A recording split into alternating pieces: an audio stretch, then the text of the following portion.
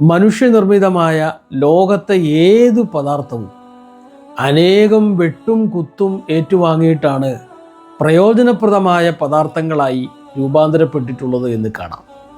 നാം ധരിക്കുന്ന വസ്ത്രം എടുത്തു നോക്കൂ. കത്രികകൾ കൊണ്ടുള്ള എത്രയെത്ര വെട്ടുകൾ അതിന് ഏൽക്കേണ്ടി വന്നു. സൂചി കൊണ്ടുള്ള എത്രയെത്ര കുത്തുകൾ അതിന് സഹിക്കേണ്ടി വന്നു. ഇതിനൊന്നും തയ്യാറാവാത്ത ഒരു ശീല അതെന്നും ശീലയായി തന്നെ തുടരും. അതിനാരും വിലമതിക്കുകയില്ല. അതിന് ഷർട്ട് എന്ന് പറയുന്ന ഒരു അസ്തിത്വം ഉണ്ടാകണമെങ്കിൽ ക്ഷമയോടെ വെട്ടും കുത്തും സഹിച്ചേ പറ്റൂ. ഓരോ വസ്ത്രവും നമ്മോട് പറയുന്ന സന്ദേശം ഇതാണ്: എന്നെപ്പോലെ പ്രതിസന്ധികൾ തരണം ചെയ്യാൻ തയ്യാറാവൂ. വെട്ടും കുത്തും ഏൽക്കാൻ തയ്യാറാണോ എങ്കിൽ ആളുകൾ സന്തോഷത്തോടെ മാറോട് അണച്ചു പിടിക്കും എന്ന സന്ദേശമാണ്.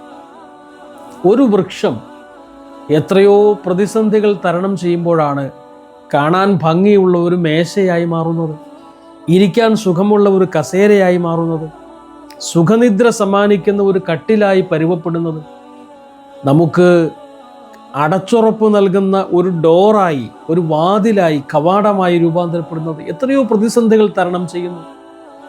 അഗ്നിയിൽ വെന്തുരുകാൻ തയ്യാറാവാത്ത ധാന്യത്തിന് എന്തു വില, സ്വർണത്തിന് എന്ത് മാനം, ഇരുമ്പിനെന്ത് മൂല്യം.